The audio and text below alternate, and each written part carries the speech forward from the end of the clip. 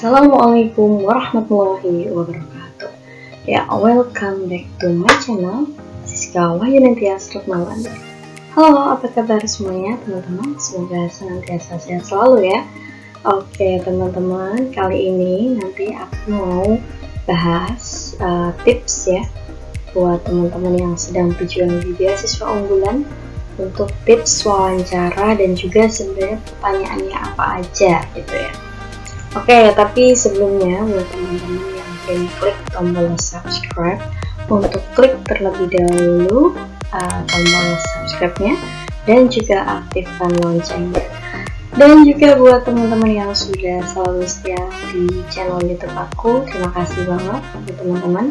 Semoga next aku bakalan kasih beberapa informasi penting lainnya ya untuk kalian para pejuang perguruan tinggi maupun beasiswa. Oke, langsung saja kita langsung akan membahas terkait gimana sih tipsnya setelah lolos pemberkasan ya. Tentunya semoga ini aku doain teman-teman yang sedang mendaftar di beasiswa unggulan bisa lolos pemberkasan, kemudian mendapatkan jadwal untuk mendapatkan kesempatan wawancara. Ya, oke. Nah, yang pertama, teman-teman silakan pelajari terlebih dahulu ketentuannya. Nah, guideline-nya itu seperti apa gitu ya. Jadi jangan malas untuk teman-teman itu membaca informasi dari beasiswa unggulan ini atau cari-cari informasi juga ya, teman-teman tentunya. Nah, di sini agar kita nantinya bisa benar-benar goal gitu ya dari beasiswa ini. Nah, setiap wawancara beasiswa itu pasti akan memiliki ketentuan yang berbeda-beda. Tidak bisa kita samakan beasiswa unggulan dengan beasiswa yang lainnya untuk proses wawancara tentunya. Dan di sini misalnya ya terkait dengan penjadwalan. Dari segi jadwal pasti akan selalu berbeda, bahkan sama-sama beasiswa unggulan tapi jadwal untuk interview pun akan berbeda dari tahun-tahun sebelumnya.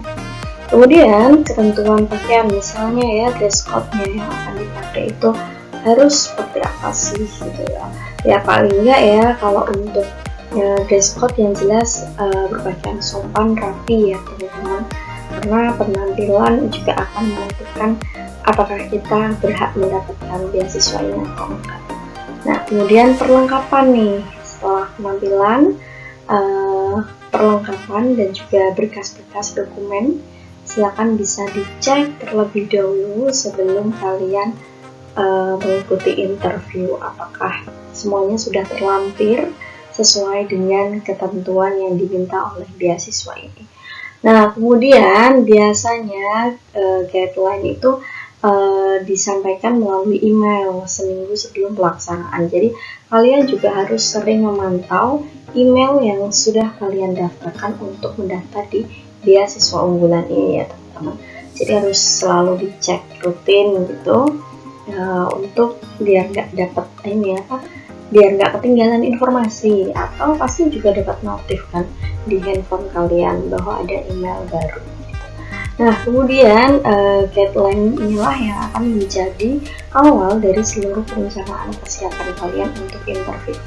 Jadi apabila dilakukan secara tatap muka, kalian bisa merencanakan kapan kamu akan ke lokasi. Nah, bagaimana kalian bisa sampai ke lokasi dan yang lainnya. Karena selama pandemi kemarin untuk interview itu selenggarakannya secara online teman-teman. Jadi ya persiapannya kalau online jelas kita harus menyiapkan bagaimana dari segi koneksi internet yang lancar seperti itu kan. Nah, jadi kalau di sini lebih ke misalnya ini nanti kan offline, berarti kalian harus cek terlebih dahulu di mana kalian akan interview lokasinya, dan kalian harus sampai di lokasi interview itu pukul berapa, itu juga harus dipastikan dan jangan sampai terlambat ya teman-teman. Akan ada kesalahan yang sangat fatal sekali ketika teman-teman terlambat hadir untuk interview di momen yang sangat penting ini gitu. Oke, setelah guideline coba kita cek selanjutnya apa aja sih yang harus kita persiapkan. Nah, Di sini tentu kalian harus mempersiapkan mental ya teman-teman. Nah, dari berdasarkan pengalaman awardee, persiapan mental adalah hal yang paling sangat penting ya teman-teman tentunya. Jadi kalau misalnya pas kita di interview, di sini kita kan harus memiliki kemampuan berbicara ya, public speaking yang bagus juga gitu kan, memiliki rasa kepercayaan diri, dan juga tentunya kita harus menjawab tanpa adanya terlihat grogi misalnya ya. Nah, sebelum pelaksanaan silakan cobalah untuk memulai membiasakan diri berbicara secara lebih tertata, tersusun dengan baik kosakatanya, dan tidak perlu terburu-buru atau gugup dan menyampaikan apa yang difikirkan dengan lengkap dan jelas. Kalian biasanya bisa berlatih di depan cermin teman-teman, seolah-olah cermin itu adalah interviewer. Jadi kalian nanti seolah-olah sedang di interview ya, dan kalian di situ bisa berlatih bagaimana cara kalian berbicara, bagaimana temponya, nada cara kalian bicara. Kemudian biasanya ketika berbicara juga akan ada gerak-gerik tangan ya terkadang. Nah, itu juga silakan diperhatikan gitu. Jadi mental ini sangat penting sekali, harus dilatih ya, dibiasakan untuk bisa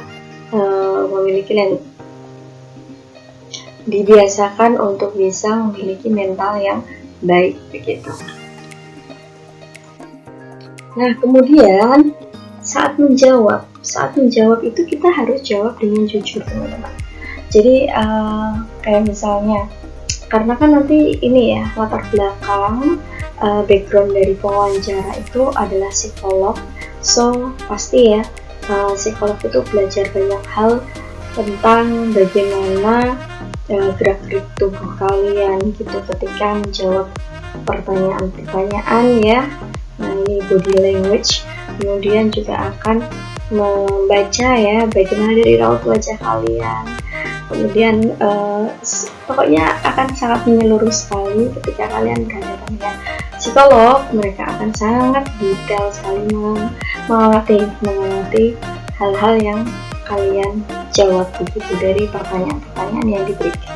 Nah, ketika kamu menyampaikan kebohongan di sini, mereka akan berusaha menggali kebohongan tersebut. Seperti apa contohnya ya? Kan misalnya ada beberapa pertanyaan dari pewawancara itu memberikan pertanyaan pancingan-pancingan, tapi selalu diulang-ulang. Kenapa diulang?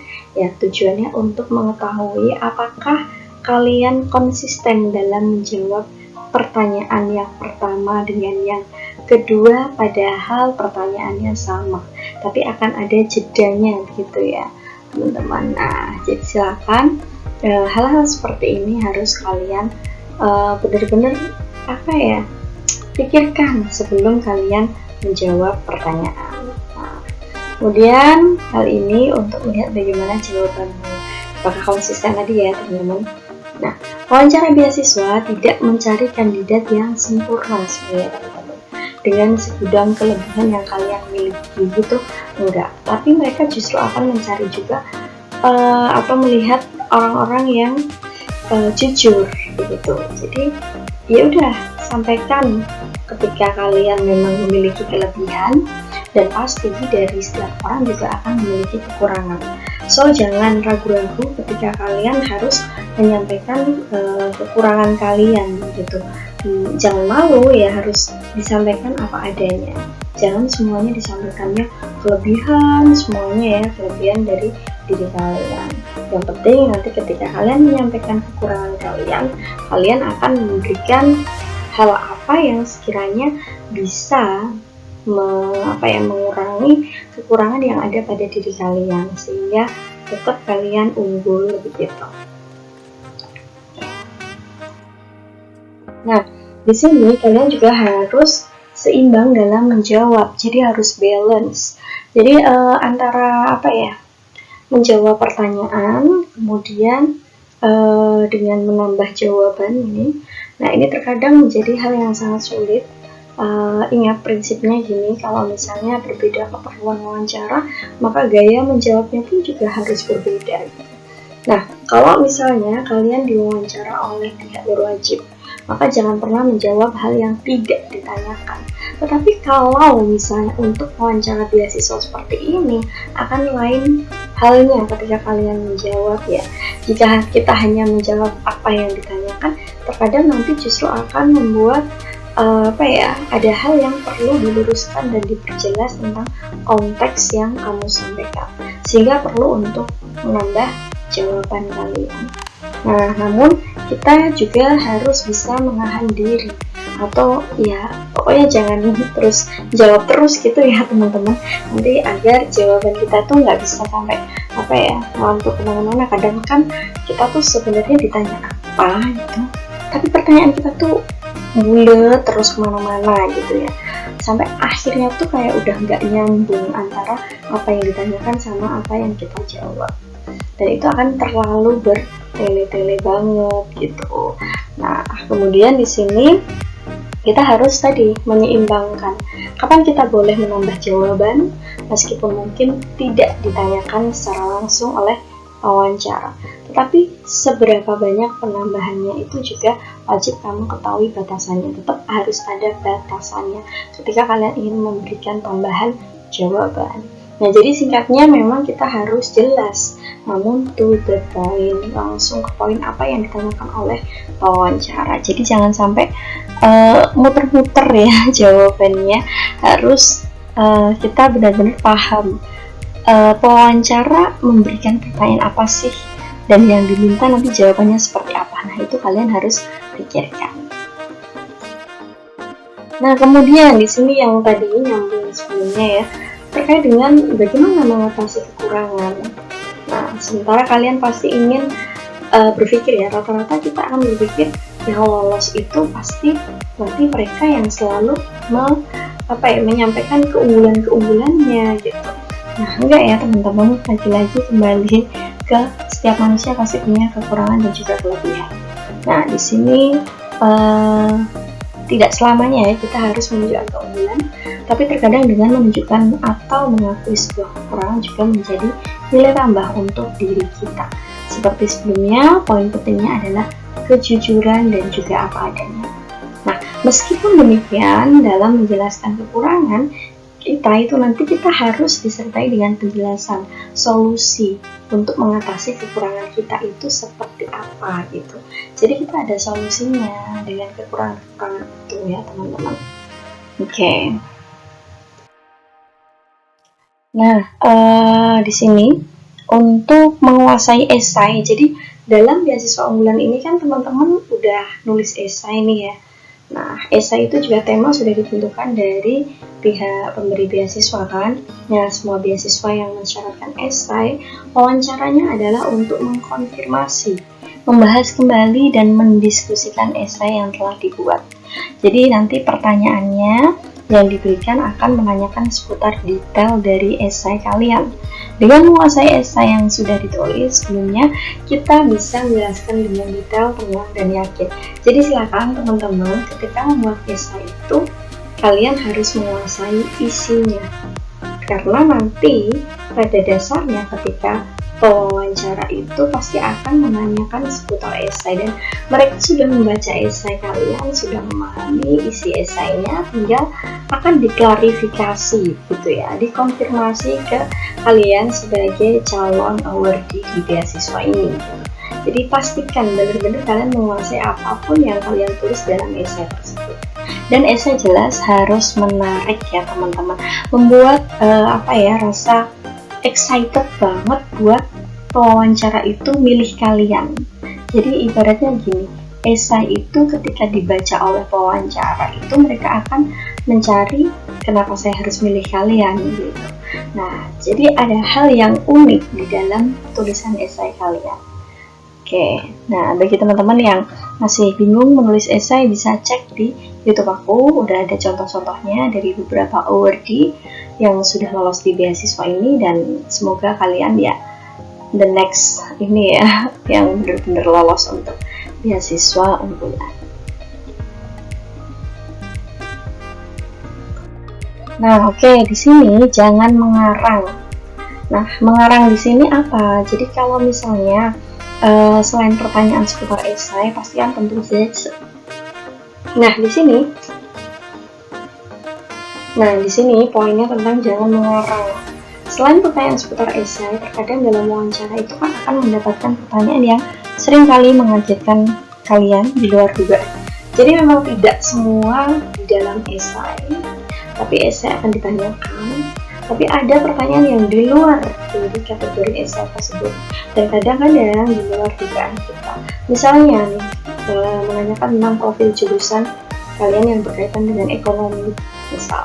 Nah, tetapi diberi pertanyaan bagaimana pendapatmu tentang permasalahan obesitas di Indonesia. Nah, otomatis kan ini ya nggak nyambung gitu kan. Kamu dari mahasiswa jurusan ekonomi tiba-tiba diberikan pertanyaan seputar permasalahan obesitas di Indonesia.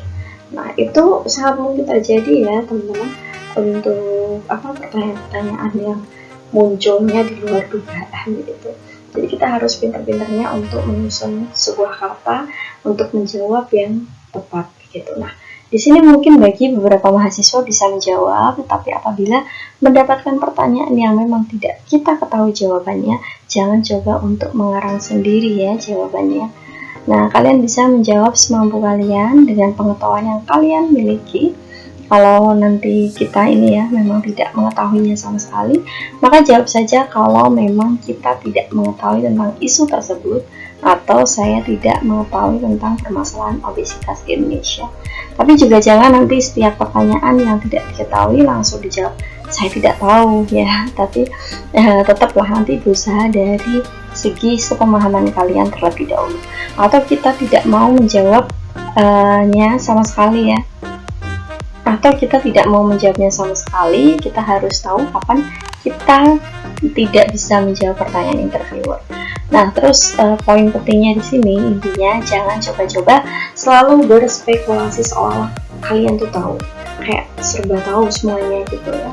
Kalau memang tidak tahu, sampaikan ya ini tadi, mencoba menjawab, kemudian mungkin sampaikan juga misalnya kekurangannya tadi ya, kayak ini kurang mengetahui hal-hal isu tersebut misalnya.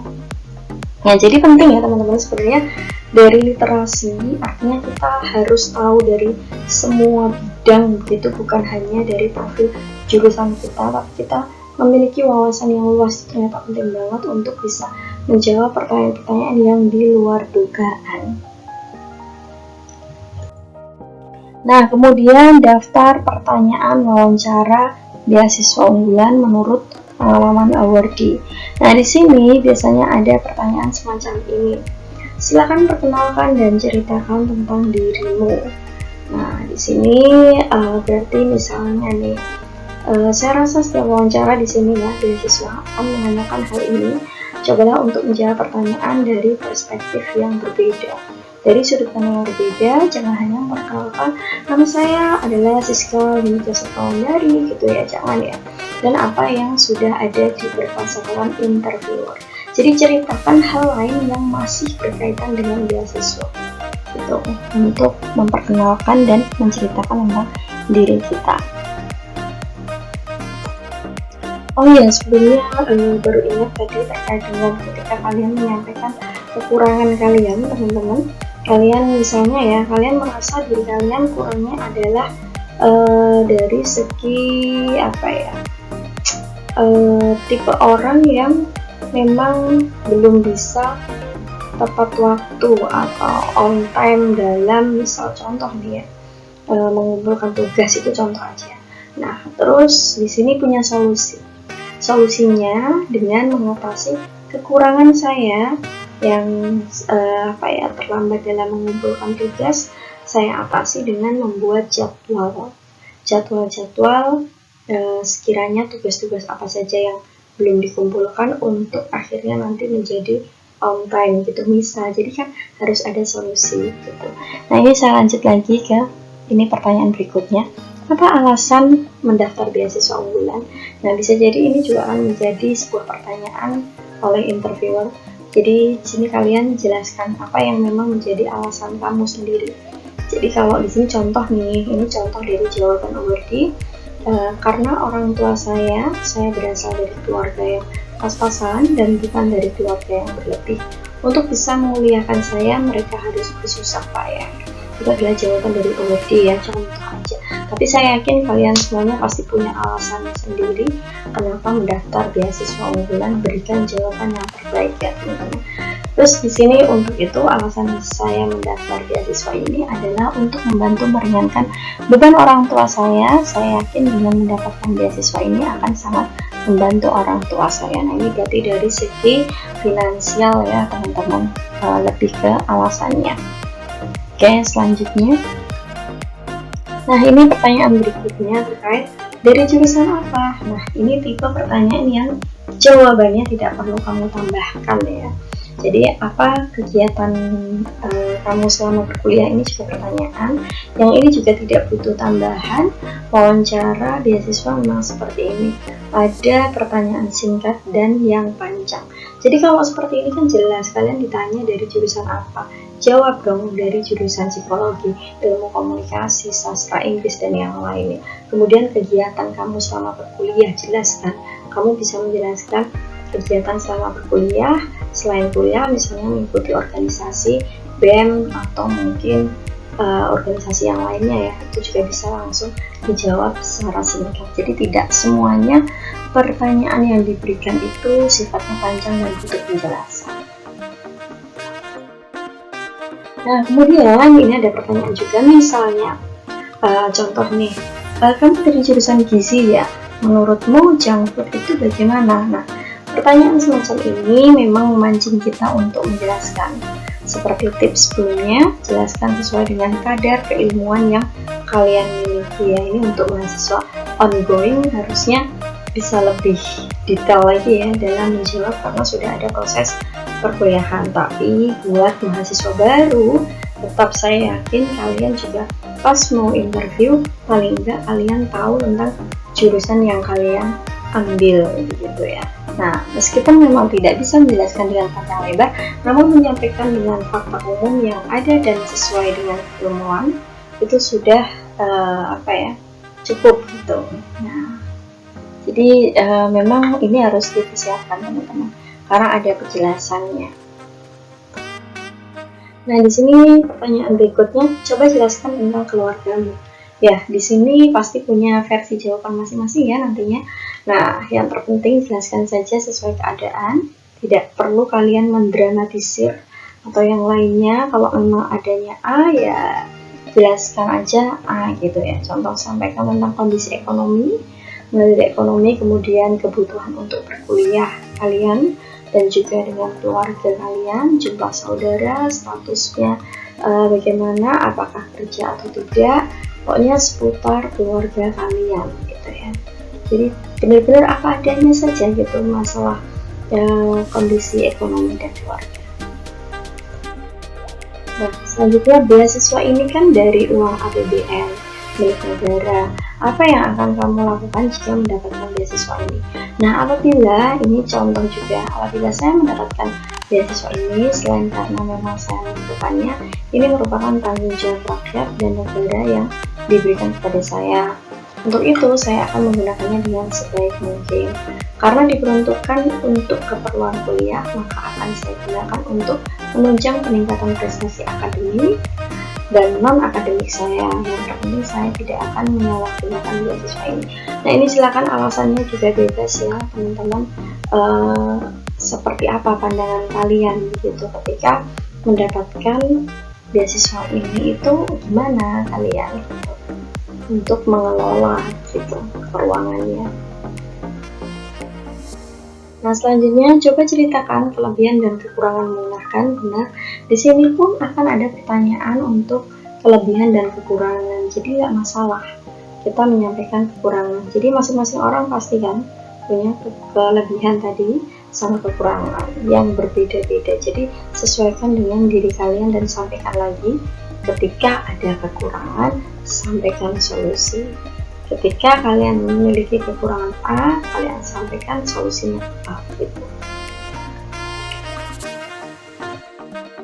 Nah, di sini kemudian apa yang akan kamu lakukan setelah mendapatkan beasiswa ini? Nah, ini ya contohnya, menurut saya sebenarnya pertanyaan ini hampir sama dengan pertanyaan di nomor 7, namun dengan cara yang berbeda ya. Begitupun jawaban saya hampir sama dengan pertanyaan tersebut. Pertanyaan semacam ini untuk memastikan konsistensinya. Jadi tadi ini adalah pertanyaan pancingan. Jadi antara jawaban kamu pas tadi di awal, kemudian ada jeda pertanyaan yang lain, kembali lagi ke pertanyaan yang sama, apakah jawaban kalian sama? Nah, kalau jawaban kalian sama, berarti kalian jujur teman-teman.